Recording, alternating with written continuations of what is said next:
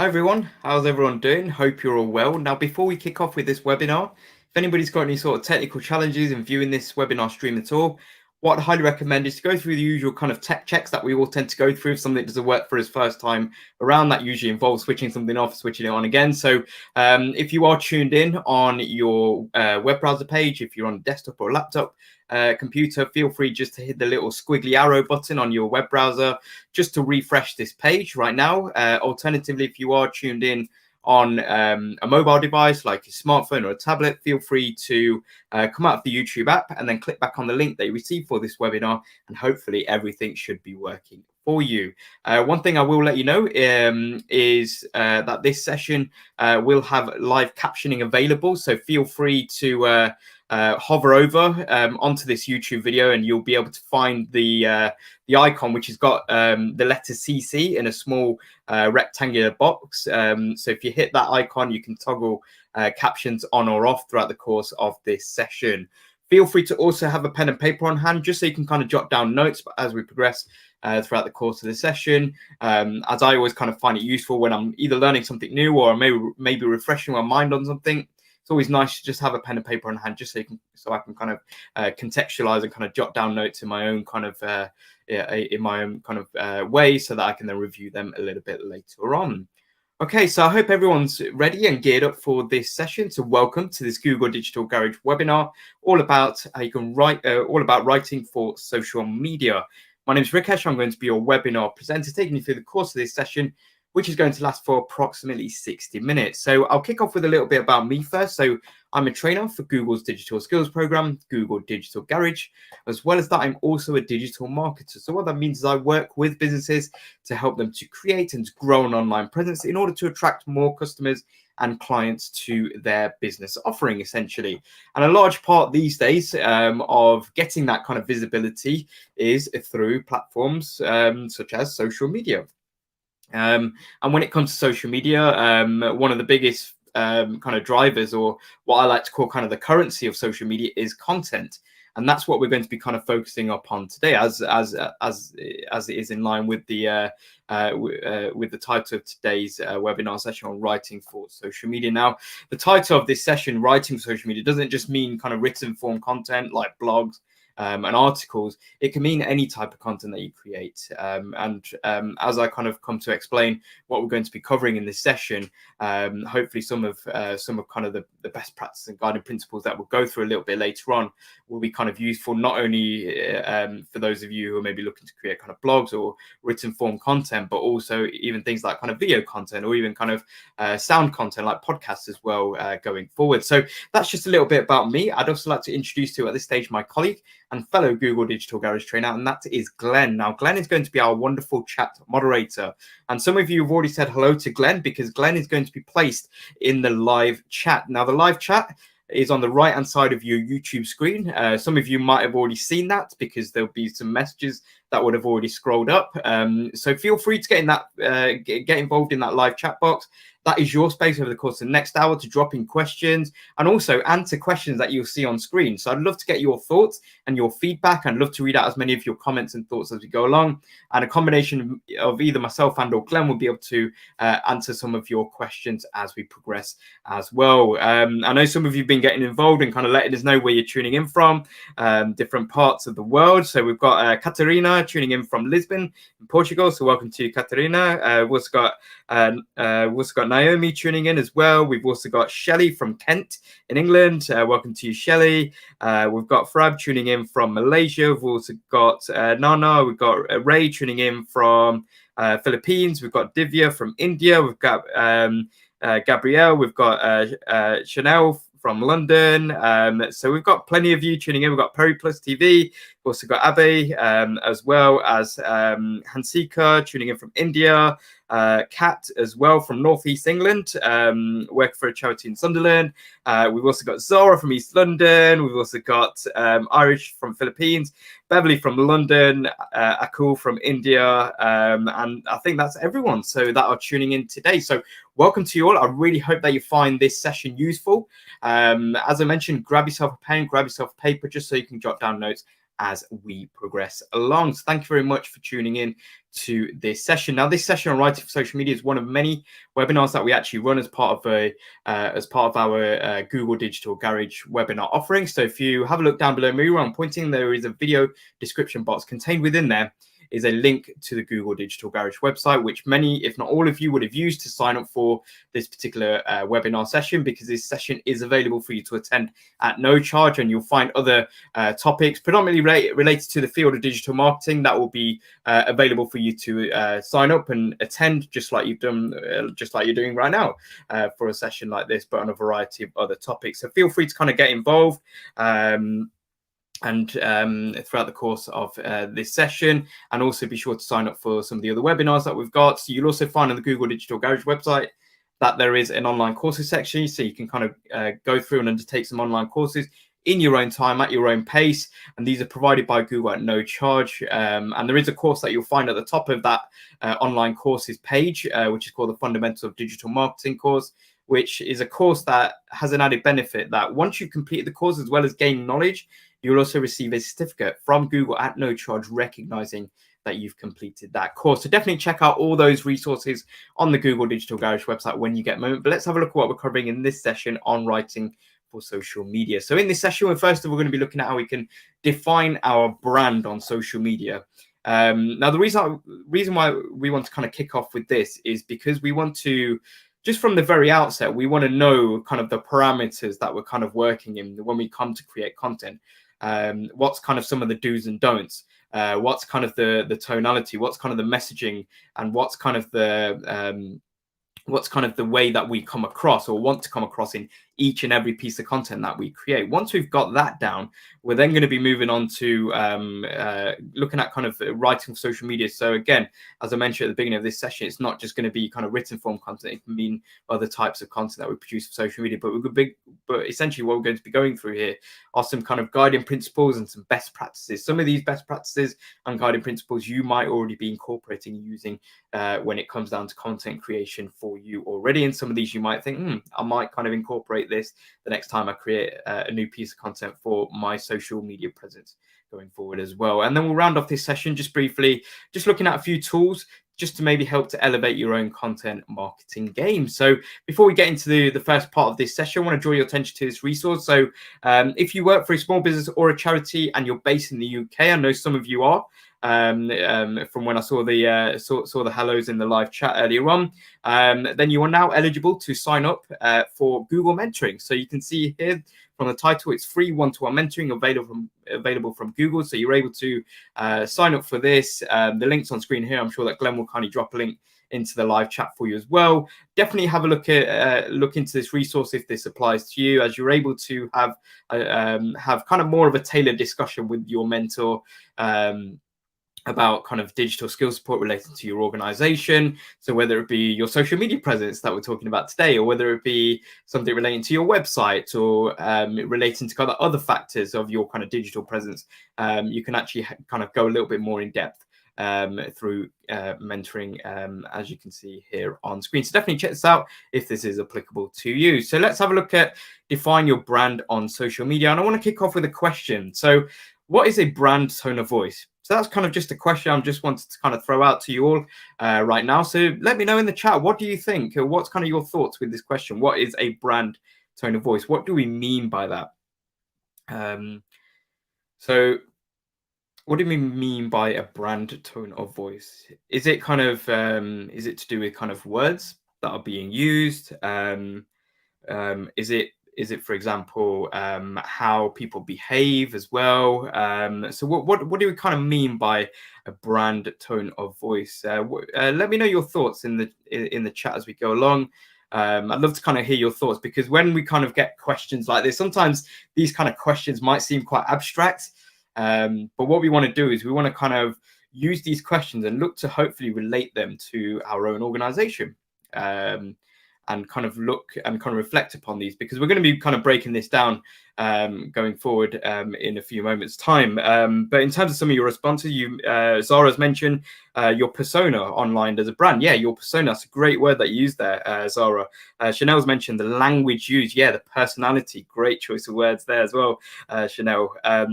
Widya's mentioned it's like character, so how we want to communicate with our target audience. Absolutely. Ray has mentioned kind of persona as a brand, so your character. Yeah, absolutely. And Brandy's Perfumes mentioned the way you reply. Shelley's mentioned the language we use to attract our target customers. Yeah, it's a great way of thinking about it, kind of getting into that mindset straight away, Shelley. Frab's mentioned brand tone of voice, how we convey our message in a specific tone of voice that's synchronized with our audience. Absolutely. It's a really great answer there as well, Frab. Eltron's mentioned how you address your audience. Divya's mentioned kind of identity. Yeah, so all of you pretty much kind of hit the nail on the head in terms of what we mean by a brand tone of voice. And the way that I like to kind of answer this question, and I believe it was mentioned specifically by Chanel, which was it's the personality. And a lot of you actually mentioned elements of those personality, whether it be kind of character, the way that you synchronize to your target audience, for example, as well. And the way that I like to kind of look at this, or kind of the answer to this question of your brand's tone of voice, is I like to kind of look at it from a point of view of something coming to life, something which is inanimate coming to life, essentially. So if we think about our business, our organization, when we set it up, or when somebody sets it up, if we're working as part of an organization, where was it set up? Typically, it was set up on something like a business plan. So basically like an A4 sheet of paper, whether it was kind of written or more likely it would have been typed up, right? And that document essentially sets out what our business is, what it's all about, or what our organization in general is all about. So let's just hypothetically think here. This document, let's say we've got a printed copy of this document. Even though we typed it, we've got a printed copy of this document. We've got it on our desk or wherever our workspace is. And let's just imagine, through the power of magic and the power of movie, I guess, that this piece of paper turns into a real breathing human being overnight. It transforms into like a superhero style kind of character. So it becomes real, your business. So if your business becomes a real breathing human being, how would it speak? How would it communicate with your potential target audience? How would it synchronize with it as well? So how would it deal with certain scenarios? How would it deal with certain setbacks? How would it kind of portray? How would it generally come across as well? So that's the way that I like to kind of look at it. But the main kind of factor, and all of you kind of picked up on this, it's the way that you come across and the way that you want to come across with your communications. And that's very important, especially with social media. And people like to know where they stand with the communications of an organization, as opposed to just kind of mixed messaging or mixed kind of tone of voices that do feed through.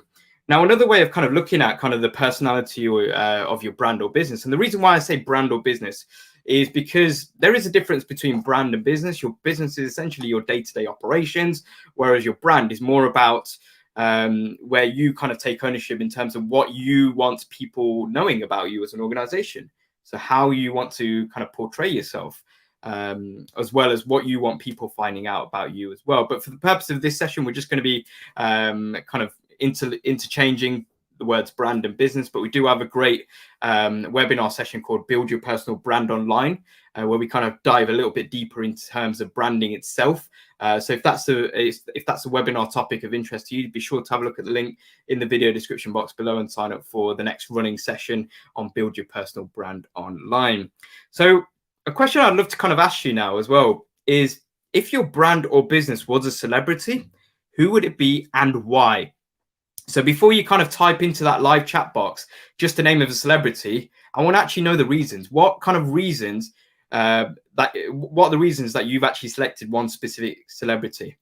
So feel free just to kind of take a moment just to think about this, and try not just to pick your favorite celebrity or someone who you think is popular. Try and pick someone who you think actually relates to your organization. So what sort of characteristic traits do they have that you feel that your organization embodies? And whilst you're doing that, you can see there's a few examples here on screen. You've got the likes of James Corden, you've got Beyonce, and then you've also got George Clooney. So, for example, if we take George Clooney, so the George Clooney brand, just kind of a handful of words that typically describe the George Clooney brand are sophisticated, laid back, smooth, right? So they're just kind of a handful of words. There's probably other words that can be used to describe the George Clooney brand, but they're just kind of a handful there.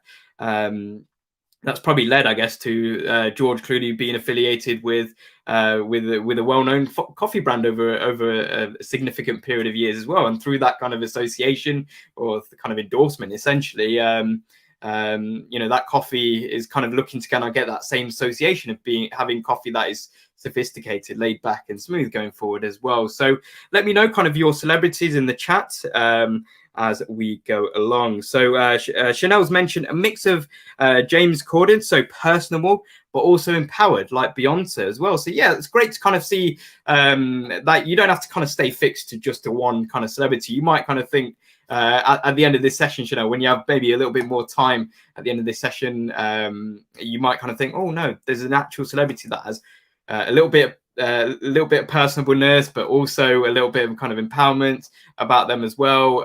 So you might kind of find that one celebrity, but it doesn't have to be like one specific person.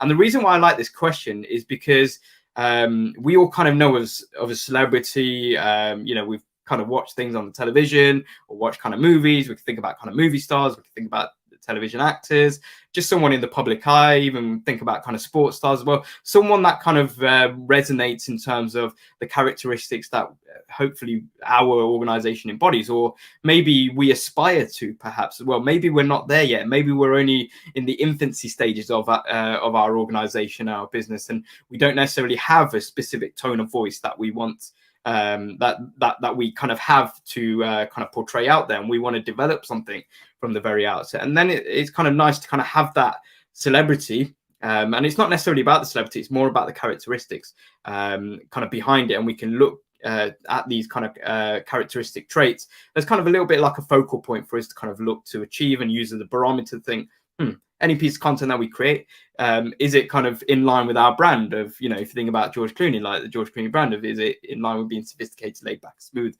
for example, as well. So it's picking up on some of your celebrities here. Sadivya has mentioned Jay Shetty, the impact he makes on people with his wise words. Ray has mentioned Dakota Johnson, soft-spoken yet straightforward and sophisticated. And Zara's mentioned Alicia Keys, down to earth, understand, confidence, and approachable. So yeah, thank you very much for those kind of contributions there. It's quite great to kind of hear all these different, not necessarily the celebrities, as I mentioned, it's not really about that. It's more about some of these kind of phrases and terms. And it's a case of you only need to identify a handful of terms. You don't need to kind of think about, getting really descriptive about it. You just kind of a handful of words that you think, whenever you think about celebrity, you're like, yeah, that's what their brand is all about. And that's what we kind of want for our brand going forward as well. So thanks for kind of sharing that, because what I want to kind of move on to now is actually looking at the 4 steps to help us to develop our own brand tone of voice. So even if we do have a specific brand tone of voice, even though we've got the likes of kind of Jay Shetty, Dakota Johnson, we've also got, the likes of Alicia Keys that are kind of our focal point in terms of their brand and their characteristics. What we also want to think about is how can we develop that further, even if we do already have that brand tone of voice in place. So let's kick off with kind of the first step here, which is all about brand values. So when it comes to brand values, what does your brand or business stand for, right? So very important question here. And this is something, feel free to jot this down, because I appreciate when we kind of go through kind of online sessions and when we're kind of learning something a little bit different, a little bit new, it's kind of hard to kind of think on the spot. So feel free to kind of jot this question down. You can kind of review it later on and try and sort of find some of the answers. But when it comes to kind of brand values, what does your organization stand for? Is it excellent customer service? Is it making a community impact? Is it that you've got a great workplace atmosphere and environment? Like what are some of the kind of the characteristics? You might have actually seen this before. I know I've kind of worked at organizations in the past where they have things called like company values or our top 5 commitments as an organization, and then they've kind of got just like either short, small sentences, or just kind of in words that kind of represent what their brand or business kind of stands for and what it represents going forward as well. So what I want to introduce you to here are 2 organizations, 2 businesses. One is called Nico's Pizzeria, which essentially make pizzas, as the name kind of suggests. And then you've also got Hathaway Legal, who, as the name suggests, they are a law firm. So sometimes when we kind of go through kind of something a little bit more kind of abstract, like what your brand values, it's kind of nice to kind of use businesses and use business examples just to kind of help us find a little bit more clarity when we're looking to kind of identify our own kind of brand values and some of the other steps that we're going to be coming on forward to as well. That's why we're using Nico's Pizzeria and Hathaway Legal. By the way, both of these organizations completely fictitious and made up, but we're using these just to help us to find that kind of contrast and kind of clarity when it comes to answering these questions and developing our tone of voice for our own organization going forward as well. So in terms of the brand values of Nico's Pizzeria, they believe in, and they stand for making quality pizza with fresh ingredients. They stand for providing excellent customer service and providing fast and reliable home delivery or takeaway. You then also have Hathaway Legal. So Hathaway Legal pride themselves on dedicating the highest level of diligence to each case. They believe that their clients deserve a quick response, and they only hire top lawyers who have trained at prestigious institutions. So that's kind of nice. It's kind of it's nice to kind of see these little kind of either short phrases, short sentences, and you might be thinking, well, surely these are selling points, and you'd be absolutely correct. These are selling points. If one of these organizations was to create kind of an advert or a poster, they might include some elements of these phrases, maybe a little bit shorter, just so it's kind of easier to read when people are kind of looking at adverts. But they typically kind of would lean upon one of these selling points. Now, some of these might be kind of identified as unique selling points, something that maybe other pizzerias or other law firms, respectively, might not necessarily provide in terms of their brand values going forward as well. So it's nice to kind of create these lists of kind of selling points, and then hopefully you can refine that list and kind of think, right, these are my top things that I stand for as an organization going forward. So that's kind of step 1. Now, step 2 is, how would you describe a core member of your audience? So what I want to introduce you to now is it's an activity or kind of an exercise called a user pen portrait.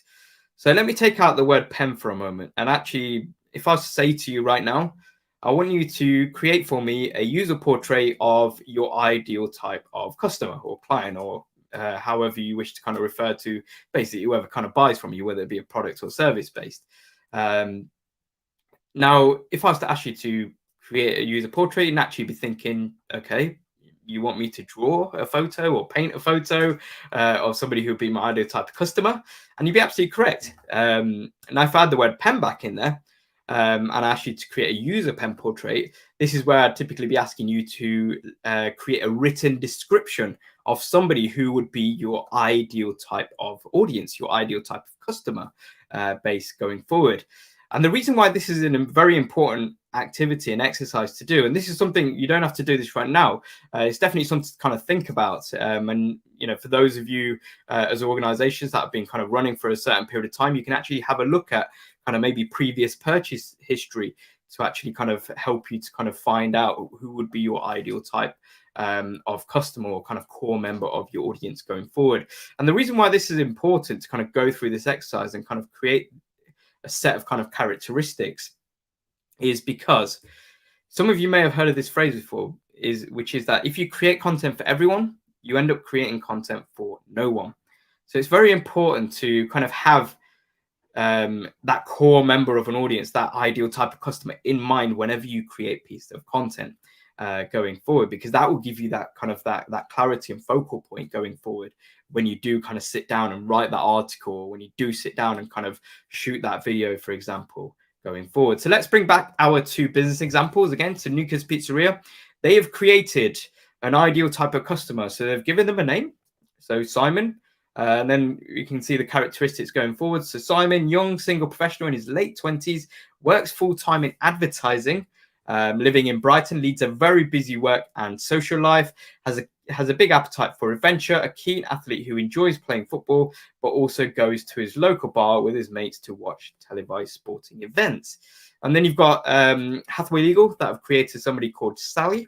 So Sally, early 30s, single, her first time buying a new apartment in Leeds City Centre, probably the reason why she's using the services of Hathaway Legal to make that purchase of her new apartment.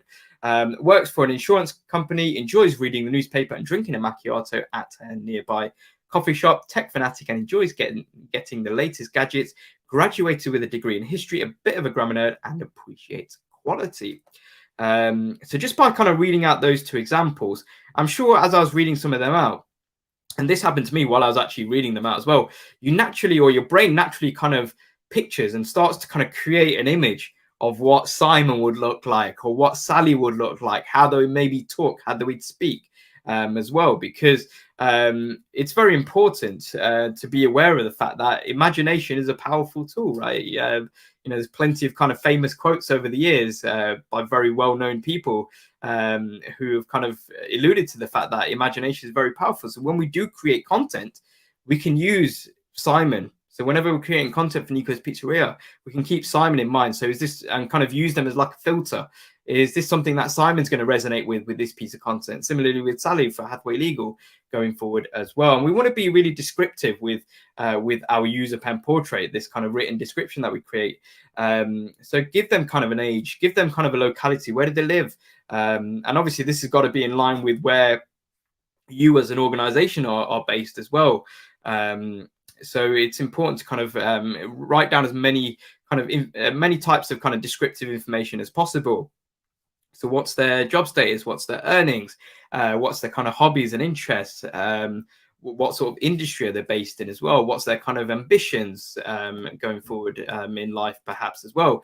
And you can get creative to a certain degree and extent, but you want to make sure that this is based upon reality. This is based upon your thoughts on who is your ideal type of customer or client. Now, if you're a kind of a new organization, then this is probably going to be a little bit more challenging because you don't necessarily have the previous kind of customer or previous client to kind of use as a benchmark and a barometer.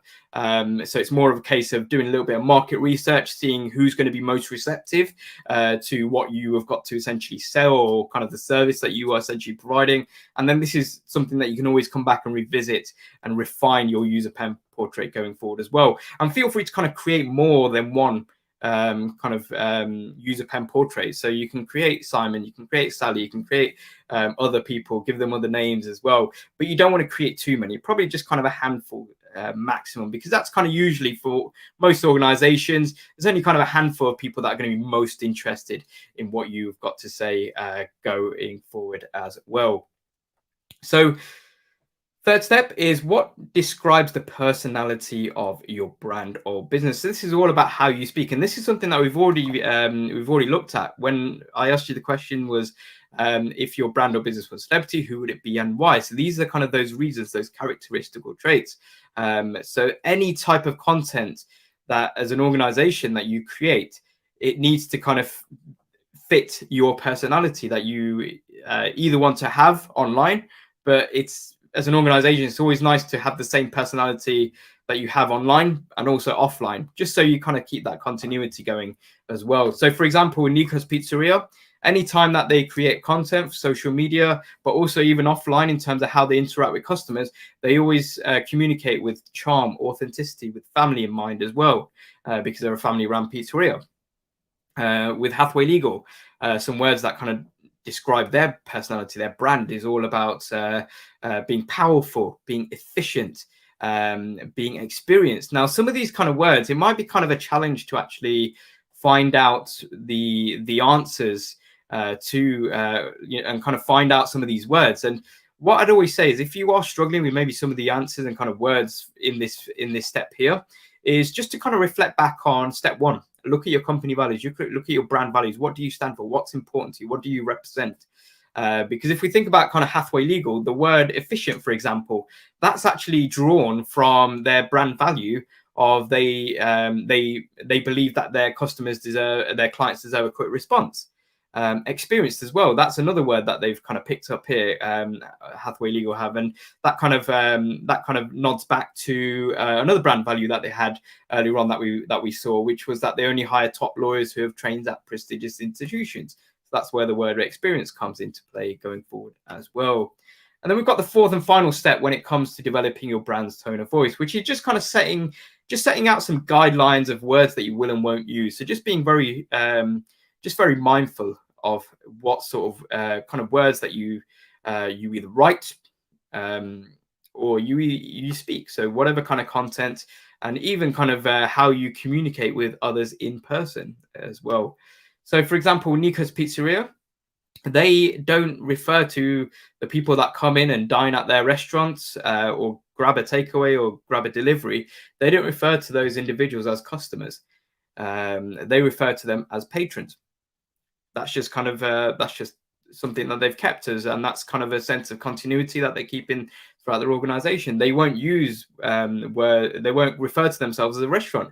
They only refer to themselves as a pizzeria, even though Nico's Pizzeria is kind of classed in kind of the restaurant bracket and category, but they still refer to themselves at all times as a pizzeria. They'll use kind of specific words like fresh and welcome and chow and appetizing going forward as well. And similarly with Hathaway Legal, being a law firm, they won't use kind of abbreviated kind of words in their communication. So they won't use cheers or fab or thanks. They'll use kind regards. They'll use excellent. They use thank you going forward as well. So let's have a check-in with questions before we actually have a look at some of the kind of the guiding principles when it comes to creating content on social media. So we've got a question here from Shelley, who's asked, can we use the data on our current customers to create these portraits? Yeah, as I mentioned, I think it's important just to kind of use the tools at your disposal, because if you know that there's a certain kind of age bracket, for example, of individuals who are going to be most attracted to your product or service offering, and you know that most people have certain interests or hobbies going forward as well, and kind of think about kind of the locality, it's important to kind of have a look at that information and think, yeah, let me create some user portraits off the back of that. And then you might kind of find yourself, that was maybe just a cross section that I actually obtained in terms of my people that previously purchased from me. And a lot of the times, as organizations, you'll kind of just pick up and think, yeah, these type of individuals are going to be most interested in what I've got to say and what I've got to kind of sell in general as well. And then it's just something that you always want to, with user pen portraits as an exercise, always want to kind of come back to it. And reflect upon it, because the type of people that are going to be interested in what you've got to sell and what you've got to offer out there might change over a period of time as well. So thanks very much for that question there, Shelley. Zara's also mentioned, is there an optimum amount of portraits to create? So I mentioned this, I think it's kind of, for me personally, I think only a handful is kind of, I only say a handful because I think that's kind of manageable. If you create kind of like 10, 20 plus, then I think it just becomes a little bit too open, and then you end up kind of creating content for everyone, which means that you end up creating content for no one. So you want to just try and keep that that number as small as possible. Maybe just kind of pick out a handful at the beginning and think, yeah, maybe I can add one more.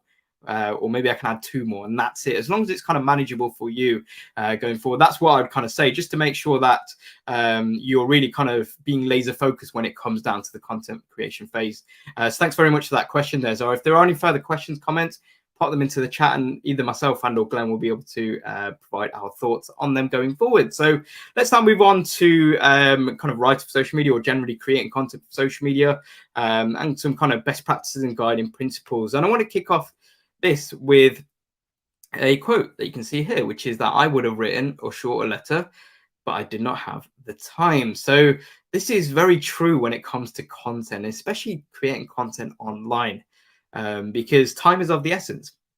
And the reason why time is of the essence is because we generally have short attention spans, especially when it comes to social media. So the average human attention span is actually estimated to be, you can see, a little over 8 seconds. But when it comes to social media, that average human attention span on social media is actually roughly about 3 seconds. So it's not a long period of time for you as an organization to get somebody's thumb and get them to kind of stop scrolling when they're kind of scrolling through a news feed or thing, or however people kind of tend to scroll in general the most. So it's not a long period of time. So now that we have that kind of a little bit of knowledge in mind, and I'm sure many of us have always been kind of quite aware of that because of our own habits. You know I seem to get restless if my internet drops out for like a split second or so. I'm like, oh, why is this web page not loading quick enough? So we do have generally short attention spans, and when it comes to social media, it's probably shorter than ever in general. So what can we do about it? Well, some guiding principles do include the likes of writing for the goldfish. Now, the reason why I say goldfish, and I've got nothing against goldfishes, by the way, is because it's been kind of various studies have kind of found that goldfishes do tend to have very similar average attention spans to humans. So their average attention span, I believe it's roughly about 9 seconds. So I don't know what that says about us as humans, because ours is 8 seconds. So you could kind of rephrase this and kind of say right for the average human, perhaps, as well. But yeah, I've got nothing against goldfishes, by the way. One of my favorite animated movies of all time is Finding Nemo, although I know Nemo was a clownfish. Yeah, the reason why I say goldfish, obviously, just due to studies. But yeah, you can kind of rephrase this and kind of think about writing for the average human as well. And remember, 3 seconds is not a long period of time to capture somebody's attention. And that's where another kind of guiding principle comes into play, which is that assume that your reader or viewer will read only the first half of your sentence. And you can see that we've kind of deliberately grayed out the second line on the bottom there. And this is not coming from a place of thinking that your audience, your potential customer base, are not going to be invested enough to read further than one line of your piece of content that you've got on social media. It's more just kind of the way that we tend to kind of look at content these days is we tend to glance at it. So it's similar to our behaviors whenever we jump onto the news website or kind of sports websites, and we're just looking to kind of find out brief kind of cliff notes and brief information about something. We would typically just read the headline. And that's why headlines are very important to capture people's attention. And then if somebody is invested and wants to read more, then they can do going forward later on as well. But it's important just to assume that they are kind of only reading the first line or the first half of your sentence. So that's where we can kind of just front load our messaging from the very beginning. And then if somebody's interested, then yeah, of course, they will kind of take more time and actually click into whatever you got to say and hopefully kind of buy from you, whether it be kind of products or service based going forward as well. Now, also what we want to do is any piece of content that we do create, we want to make sure that we focus on the user. So focus on the customer, focus on basically the person who is going to be actually using whatever you are selling. And this is a golden rule that they use at Google, is to always focus on the user.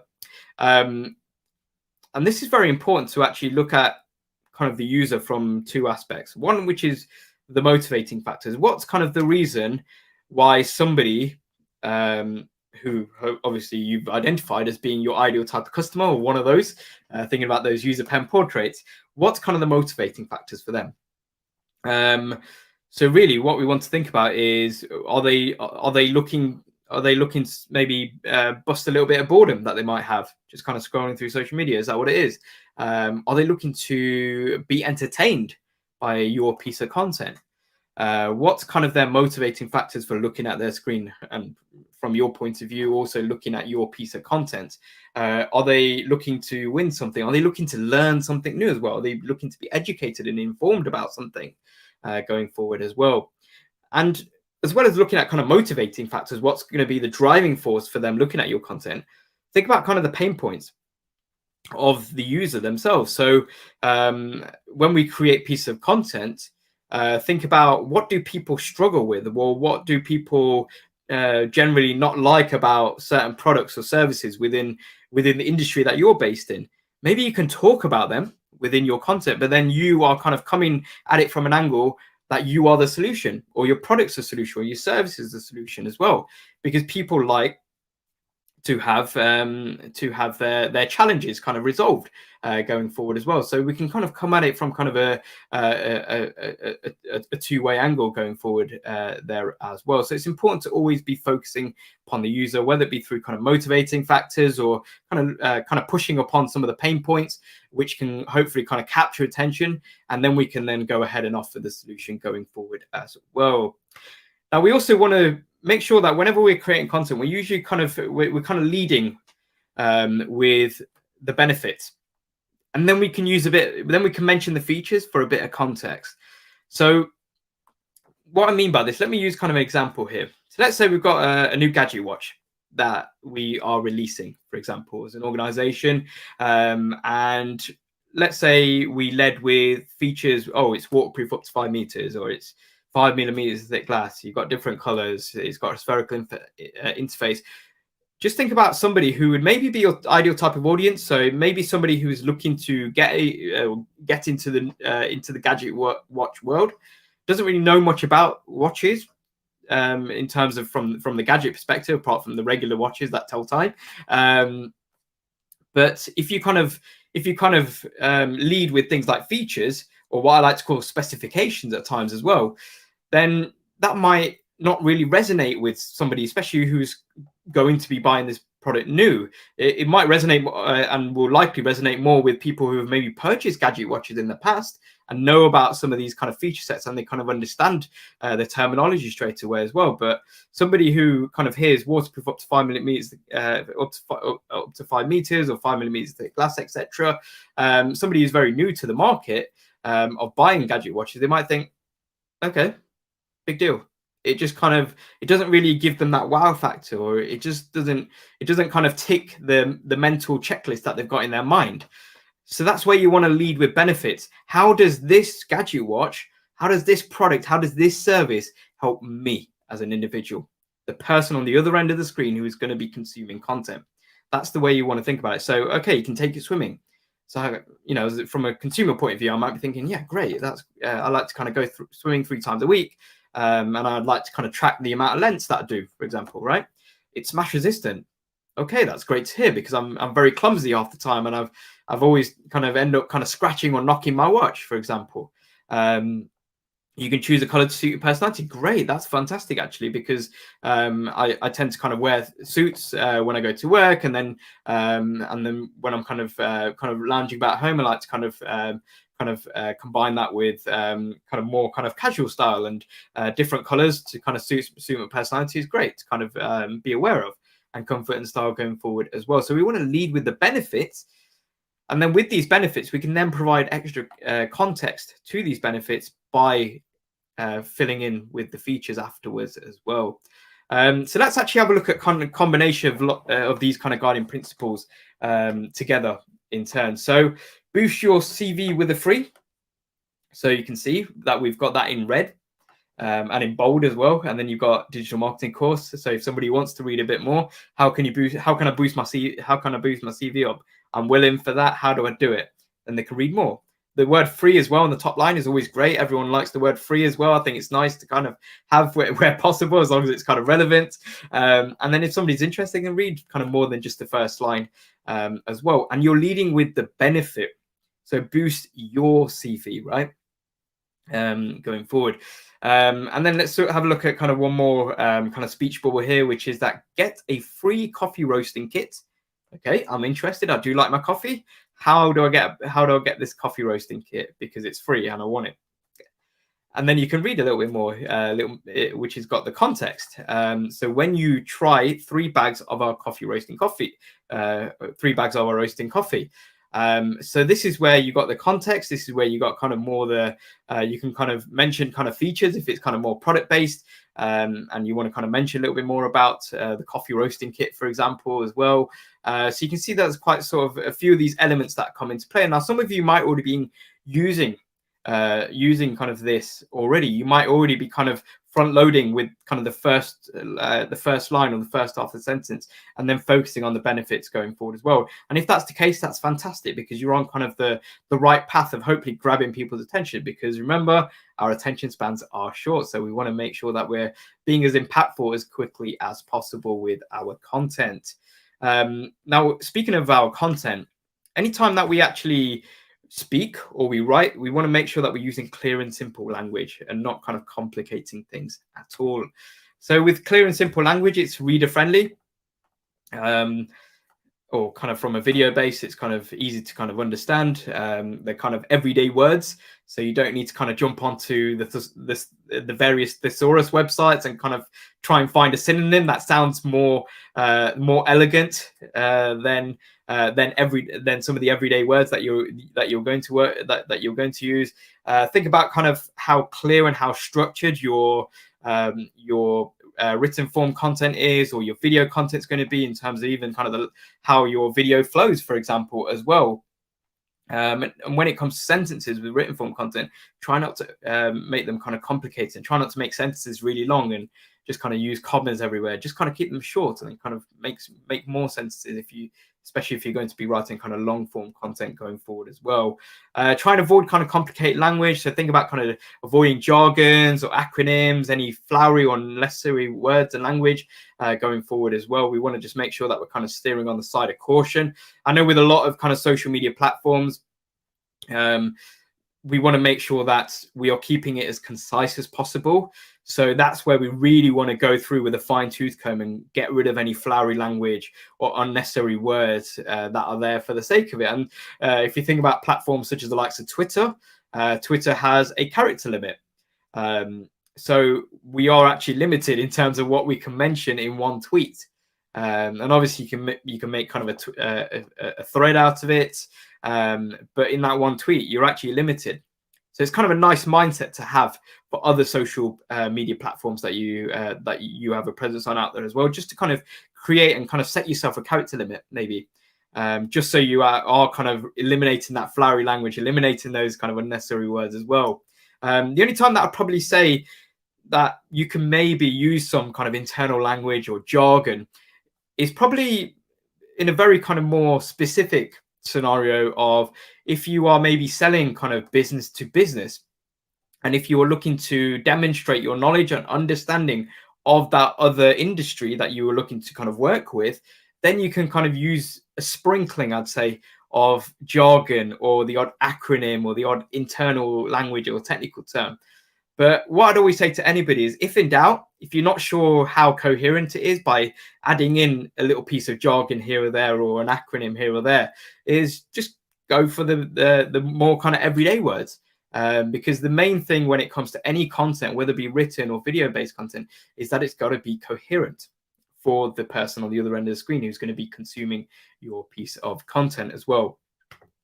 Now, a question when it comes to content creation that generally gets kind of asked around is, how can you cut your copy but keep the same meaning? So how do you trim down your content but keep the very same meaning? And this is kind of a question which doesn't necessarily have a definitive answer. For me, I still kind of feel that content that I create for clients is still kind of a work in progress.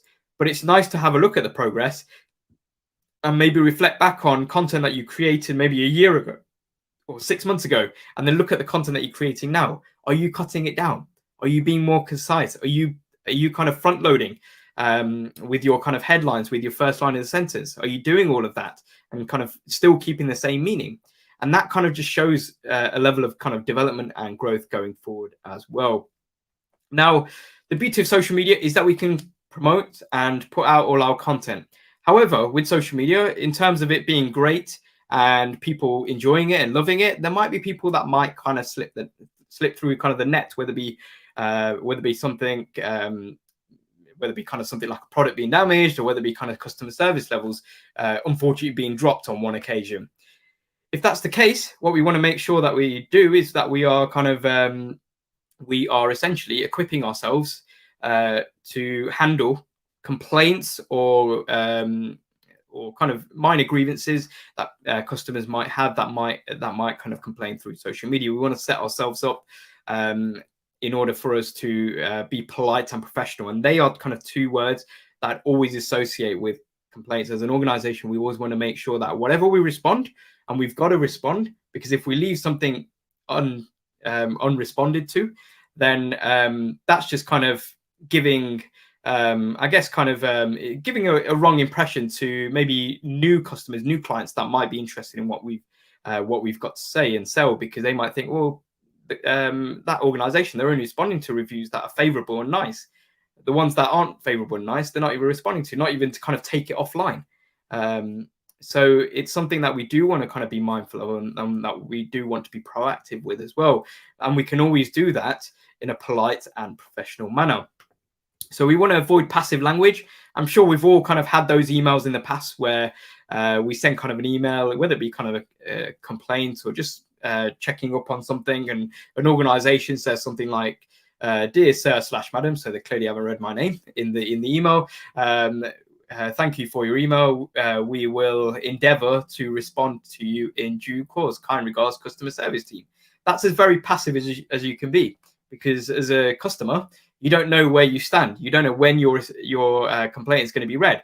They don't even acknowledge it to be a complaint. They just said, thank you for your email, because it's an email format. That's all it is. So you want to avoid passive language, and we'll have a look at kind of a good example going forward as well of kind of avoiding passive language. So how can you fix the problem, and can you fix the problem?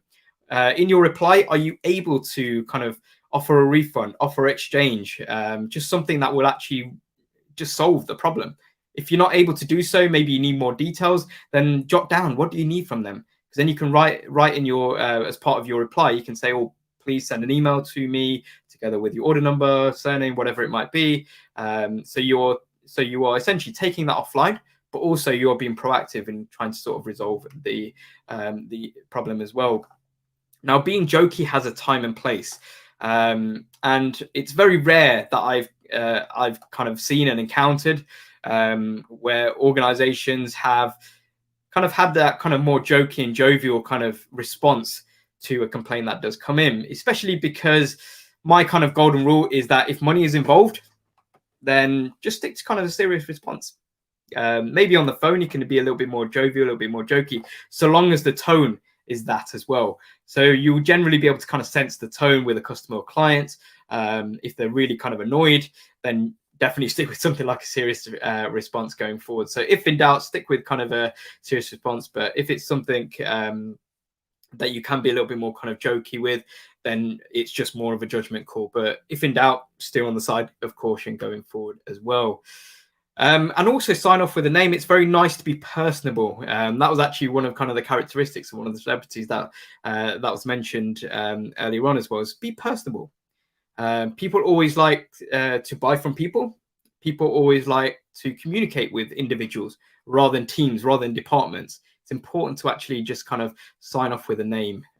So let's actually have a look at an example here of a complaint. This is an example complaint, which says, look, I ordered a mobile from your company last week, but when it arrived, it was badly damaged. When I called to complain, I was rudely told you don't accept returns and that I need to contact a delivery company for compensation. Is this really how you treat loyal customers? I'll never buy from you again. Hopeless. Well, that's quite sort of a very kind of damning kind of complaint there. So how do we go to resolve this? How do we respond to this? So let's actually break down a good example response. And I want to just kind of emphasize here, this is an example. So you don't need to kind of copy the actual word for word example. But what you can do as we kind of break this down is actually maybe pick off some of the structural elements of this response, because then you can just kind of fill in the blanks with the relevant information that relates to the messages that you get coming through as well. So hello customer. So in this example, the name of the customer is called customer, but we can replace that with somebody's name, for example. So hello Ray, for example. So you're starting on that personable touch, because it shows that you actually read that email, that complaint that's come in. Our sincere apologies for the inconvenience caused and the poor customer service you received. So you're saying, we're sorry that you've had this experience. It fell below our usually high standards.